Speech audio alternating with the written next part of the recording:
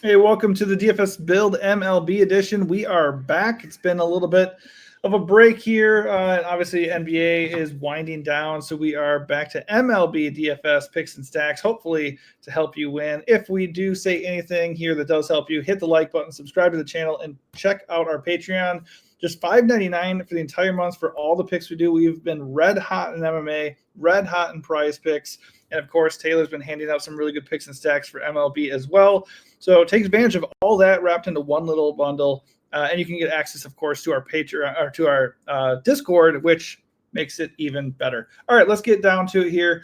The way we break down the MLB slate is we go game by game, looking at the pitchers and their matchups and highlighting which pitchers we like and which stacks we also want to target. So first game here, we got the Rockies visiting the Marlins. Obviously, they get a massive park downgrade. Not on the slate. Huh? Not on the slate. Oh, dang. My bad. All right, moving to 7:10. It was close. At 6:40, it was close.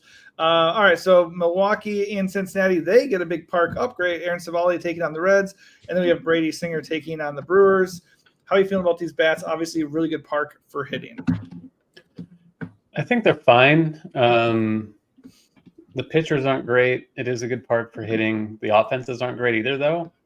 And the pitchers are kind of cheap. Savali in particular, I think, is better than his $6K price tag would lead you to believe. And Cincinnati has some strikeouts in the lineup. So, there's a pretty clear top tier of pitchers on this slate with Flaherty, Ryan, and Webb. I think, pairing two of them is totally fine if you just don't want to mess with any of the garbage below that. Singer, 7,500, been pretty inconsistent. Overall numbers aren't great, but Milwaukee doesn't hit for a ton of power against righties. I think it's fine. I can see a case for pretty much anything in this game. I wouldn't call anything in here a priority for me. I think, Cincinnati's fine. I could see them going a little over-owned. Milwaukee's okay. I think I prefer them both as mini stacks. And then I think my favorite would be Savali just because he's super cheap. He's okay. Not a lot of conviction with that, but it's kind of the way the slate breaks down. Yeah, I mean, due to price alone, I think Savali is certainly in play as an SP2. That's fine. I don't mind going there at all. I think the Brewers look pretty good. Big park upgrade, great hitters park. Singer's good, but can certainly be had. Certainly has struggles against the left side in particular, and the Brewers have a lot of good lefty bats, starting with Christian Yelich. So I like the Brewers. They're not like an offense that I ever feel amazing about, and certainly not one I feel like you have to play. But I like them more than the Reds, and I think the Brewers are certainly in that circle in kind of in the top tier of this slate. So it's not like they're at Coors or something here where I feel like you have to play the Brewers. And if they're going to be really popular, I would definitely go away from them just by default. But I do like them, and I'm not super psyched about the pitching here. It's worth noting that Yelich hurt his hand yesterday and left the game. So there's a chance he will not play tonight, or just might be kind of injured. So keep an eye on that. But obviously him sitting would make Singer look a little bit better. I still think Milwaukee's okay. Like I said, I prefer him as a mini stack, like Contreras, Churio, Turang, something like that. Yeah. Well, if Yelich plays, I would imagine he's pretty much fine, and I wouldn't read into it too much. If he's out, I'm definitely shying away from the Brewers even more so, though. Absolutely. I still don't love a pitcher in this ballpark. I don't really want to pay for Brady Singer. 7.5 isn't terrible, but I just think the other pitching up top is, it just feels a little bit better anyways. But yeah, if Yelich is out, he does look better, and the Brewers as a whole look worse. Tyler Anderson visiting Fenway Park. It doesn't feel great. Boston looks like the best offense on the table here as far as upside. I believe they have the highest implied run total of the slate. Yeah, 5.14. Not quite, just below the Dodgers and the Twins, but I guess and the Tigers too. But it's close. Over 5, it's good enough.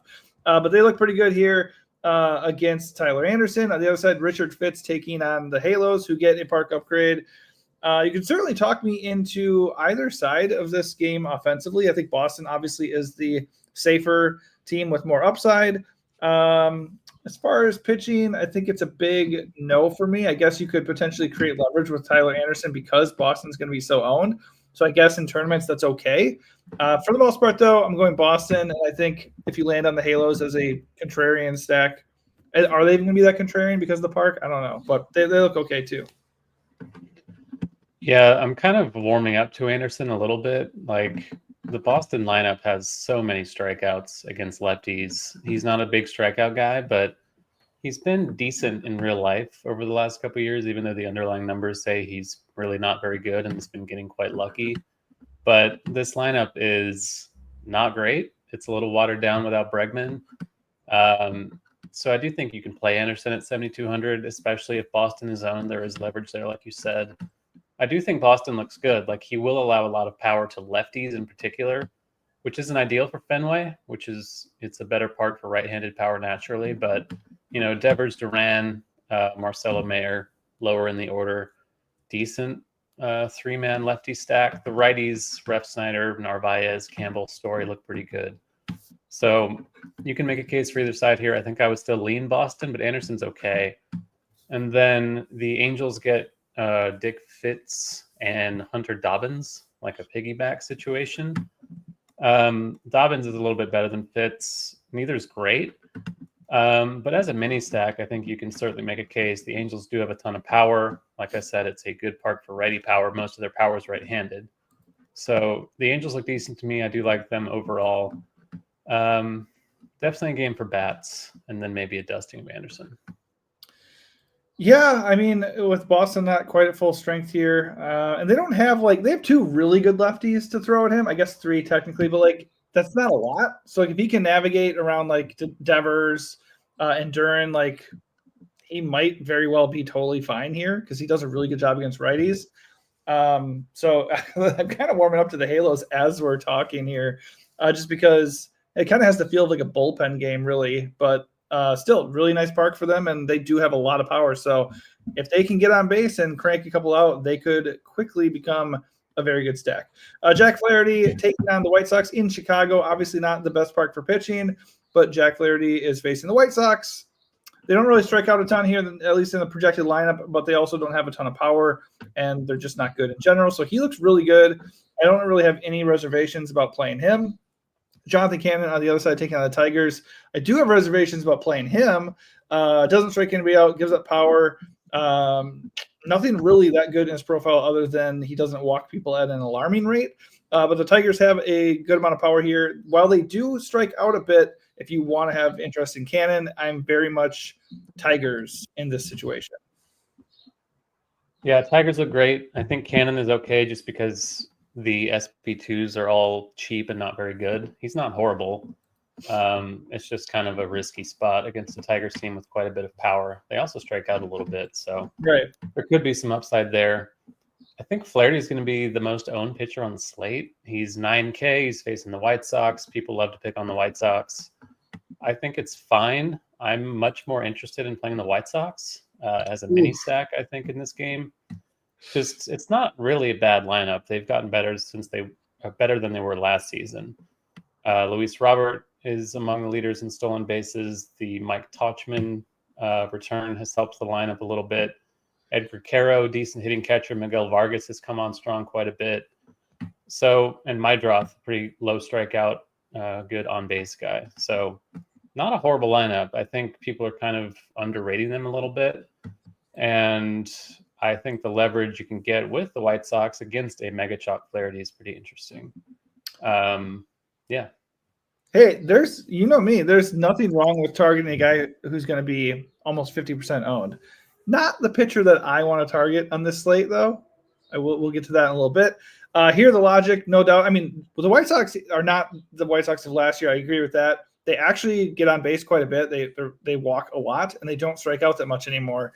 They just don't have a lot of power. So as long as Flaherty can keep it in check in that regard, I think he'll probably be okay here. And he also has like a 29% whiff rate, so I'm just going to lean Flaherty personally. Stephen Kolek against the Giants here in San Francisco. Pitcher Park, obviously, you got Logan Webb on the other side. I don't care. Like, if you want to go play the Giants and the Padres, that's fine. I think it's just a Logan Webb day if I'm going to do anything here, and I don't really want the offenses in this one. Yeah, Webb, in terms of numbers, is pretty easily the best pitcher on this slate. The Padres, while they don't strike out, they also don't hit for a ton of power. And this is a park that neutralizes power to begin with. So Webb looks great. No issue with getting to him. Pairing him with Ryan is fantastic, and I'm all about that if you want to do that. In terms of exposure, Webb is going to be my SP1, I think. And then that's kind of it. I don't really want to play the Padres against him. Don't want to play the Giants. I don't think Kolek is anything special.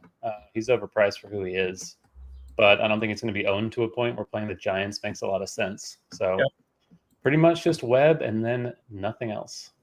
100% agreed. And by the way, I misspoke on the ownership for Flaherty. It's only coming at like 29%, but we'll get to that in a little bit. Kind of piggybacking on that comment, though, Webb is carrying. Yeah, well, I agree. But Webb is pulling about 50% ownership. He is not the pitcher that I want to target, like I just said, and you obviously agree with. He is somebody I want to lock in tonight. Joe Ryan, on the other hand, I don't mind attacking Joe Ryan with the Athletics. They got a lot of power. The wind is blowing out in this game.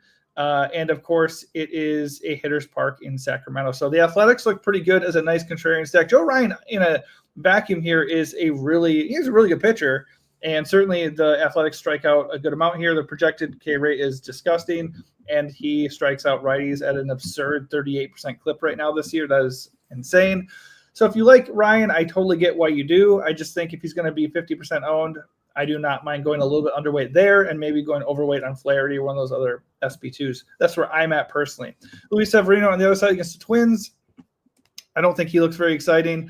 The Twins never feel great, but they don't strike out that much, and they do have a little bit of power. Plus, the park is really good for them. So it's just really about the offenses in this one. I do obviously note that Ryan is a good pitcher, and he looks good. I don't know, man. I just think I'm going to be anti-Ryan on this slate. That's gonna be my major stand. You don't have to go with me with the Athletics. I think you can just go underweight and like overweight on Flaherty or somebody else, but I'm going to kind of do both. Yeah, I think you can get to the A's. I think that's another team that looks like a better mini stack than a full stack, just because Ryan, against righties, he's pretty much the best pitcher in the world so far this season. And the A's don't really have a lot of menacing lefties. They have Lawrence Butler and Tyler Soderstrom, both of whom strike out a decent amount as well. So the other lefties, Drew Avans and CJ Alexander, are rookies. They don't appear to be good rookies either.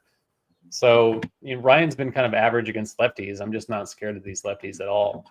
So I'm going to pay for him. Like I said, I think Webb and Ryan is the combo I like, and then I'm not into Flaherty as much. So that's the way I'm playing this. Severino is one of the gang of SP2s that's fine. Strikeouts are way down compared to where they were back in his heyday, though. Minnesota, kind of a neutral matchup overall. So Severino's playable, nothing special. Ryan looks great, and then both offenses are decent, but not top tier for me. Yeah, no arguments there. All right, last game of the night, Mets visiting the Dodgers in Dodger Stadium. Paul Blackburn gets the start here for the Mets, going up against the LA Bats. First start of the year for him. Dustin May on the other side against the Mets. Not super excited about Dustin May. Don't really want to do either of the pitchers here. Obviously, it's a hitter's park. The Dodgers are amazing. You can fire up the Dodgers at will. I'm a little bit curious to see what their ownership is going to be like, but I like them quite a bit. The Mets never seem to really get there when I do like them. I don't really like them that much today, so they'll probably go off. But mostly it's Dodgers or bust for me. Both have been pretty good. I think they have been excellent lately, but it's kind of a mirage. He's not really a high strikeout guy. The swinging strike rate's pretty underwhelming, so I think he's just kind of been lucky in that regard. The Mets are just not a good matchup. They have a ton of power. They have a ton of lefties to throw at him as well. It's a park upgrade for the Mets. I don't think they're going to be owned either. So I think the Mets are a really good contrarian stack on this slate. Dodgers are the Dodgers. They're facing Blackburn, a low strikeout righty who's been worse against righties over the years. He had some ground ball ability, but season debut, there's really no telling how it's going to go. Not scared of the lefties either. Not scared of playing the lefties, I should say. So everyone's in play on both sides. I kind of love everything about this game on the hit side. Yeah, 100%. I mean, with a lot of the ownership seemingly going to like Fenway and the Tigers, like the Dodgers are not, I don't want to say they're going to be unowned, but they have one of the highest implied round totals of the slate. They're in Hitter's Park. They're facing a guy who's very beatable. Like if the Dodgers are going to go overlooked in any way, I definitely want to be overweight on them. You just kind of have to play a risky SP2. if you're going to play them Sure. because they're expensive. So that's the sacrifice. They do have some cheap hitters like Rushing if he's in there, Pages and Conforto, not super expensive. Muncy's still cheap, and he's really come around a lot lately. So there are cheap pieces, but Ohtani, Freeman, Betts, Teoscar, Will Smith, if he's in. Obviously, like Savali, I think would be my choice if I'm fully stacking the Dodgers. All right, that does it for our game-by-game breakdown. You can get Taylor's top pitcher picks and stacks if you hit up our Patreon. Let's wrap it up, though, with your number one pitcher to build around, ownership aside, as well as your favorite stack, whether it be chalk or not. Pitcher to build around is going to be Webb. I just think, his numbers are outstanding. The Padres are not imposing. I'm all about it. I think Ryan is a close second. And then, Flaherty's fine as mega chalk. But as far as stacks go, I think off the board, I'd rather just attack Flaherty with the White Sox. Pairing them, they're cheap. Pairing them with the Dodgers or the Mets or the Red Sox, one of those more expensive stacks, I think is a pretty good way to build. Yeah, no disagreements for me in the pitching department. I don't have a problem with your approach in the hitting. I think I'm going to go Athletics over White Sox in this regard, targeting Joe Ryan instead. And then obviously, if there's a chance the Dodgers are not going to be owned, I don't mind kind of punting SP2 and loading up on LA bets either. Also, I am warming up to the Halos quite a bit. I think especially if Boston's going to be carrying a lot of the interest, a lot of the ownership, I think pivoting over to the Halos with that park upgrade, that is pretty interesting too. All right, that is going to do it for us. Hopefully this helps you out. If it does, hit the like button, subscribe to the channel, and come check us out in Patreon. Thanks for watching, and good luck.